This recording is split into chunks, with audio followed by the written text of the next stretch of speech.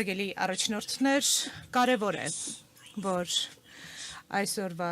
լայնամասշտաբ ձևաչափը աշխատում է եւ շնորհակալ եմ Հայաստանի վարչապետ պարոն Փաշինյանին հյուրընկալության եւ լավ կազմակերպման համար եւ իհարկե պետք է սրանից սկսեմ, որովհետեւ սա շատ կարևոր է։ Մենք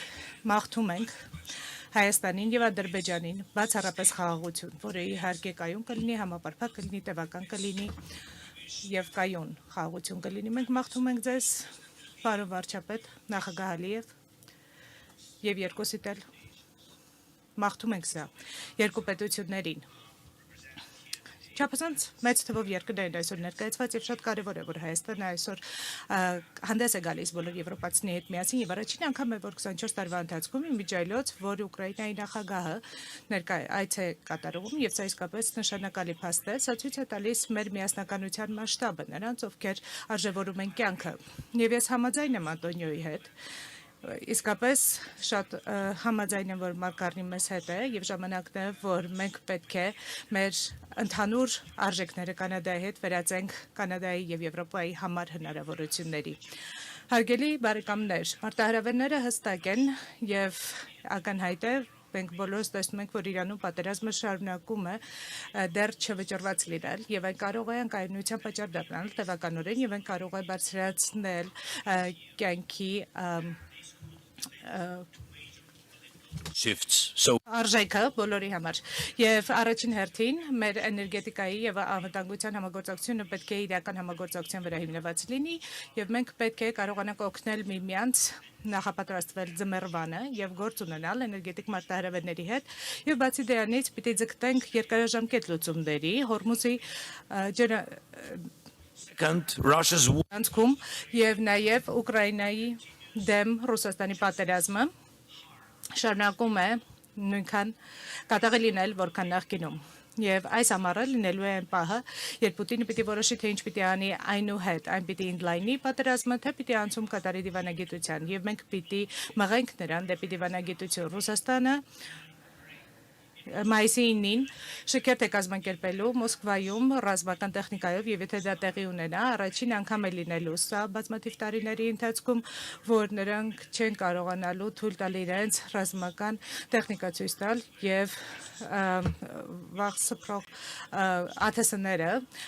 բզալու են Կարմիր հրապարակի վրա եւ սա ցույց է տալիս, որ նրանք ուժեղ չեն եւ մենք պետք է շարունակենք մեր պատժամիջոցները նրանց դեմ եւ 20-րդ փաթեթը պիտի առաջ մղենք եւ շնորհակալ եմ բոլոր առաջնորդներին Եվրամիության Անտոնիո Ուրսուլա շատ շնորհակալություն եւ հատկապես այն պատժամիջոցները, որոնք միտված են ռուսական նավթին, ռազմարտունաբերությանը եւ ռուսական բանկերին։ Մենք պետք է շարունակենք այս ճնշումը, մենք պետք է մղենք Ռուսաստանին դեպի դիվանագիտություն եւ կխնդրեմ, որ սրա կարևորությունը բոլորս ընդգծենք եւ շնորհակալություն բոլոր նրանց, ովքեր պայքարում են Ռուսաստանի ստվերային նավթային նավատորմի դեմ եւ քանի դեռ այս պատերազմը շարունակվում է Մենք այս պատերազմը կշարունակվի եւ ցանկացած աջակցության փաթեթ կարեւոր է հատկապես օդուժում եւ ցանկացած պաշտպանական աջակցության ծրագիր կարեւոր է եւ այս տարվա այս մայիսի փաթեթը օգնելու է մեզ հերթերային սպառնալիքների դեմ պայքարել եւ ես կարծում եմ որ մենք պետք է կարողանանք արտադրել այն ամենը ինչը որ անհրաժեշտ է պաշտպանվելու բոլոր հերթերային հարձակումներից եւ այլ բոլոր սպառազինություններից մենք առաջարկում ենք մեր նպաստը Եվրոպայի պաշտպանությանը մեր ԱԹՍ-ների համաձայնագրերը, որովհետև նրանք միավորում են երկրներին եւ նրանք ուժեղացնում են պետություններին, ԱԹՍ-ների եւ այլ հավանական հարձակումների դեմ եւ օդում, ծովում եւ ցամաքում։ Եվ սա իհարկե մեր ընդհանուր աշխատանքն է, ընդհանուր պաշտպանությունն է, ընդհանուր ռազմարտունաբերությունն է, եկեք առաջ շարժվենք այս ուղղությամբ։ Եվ եւս մի բան, մենք պետք է կենտրոնանանք նրա վրա, թե ինչ ենք անելու, եթե Ռուսաստանը ավարտը չդնի այս պատերազմի։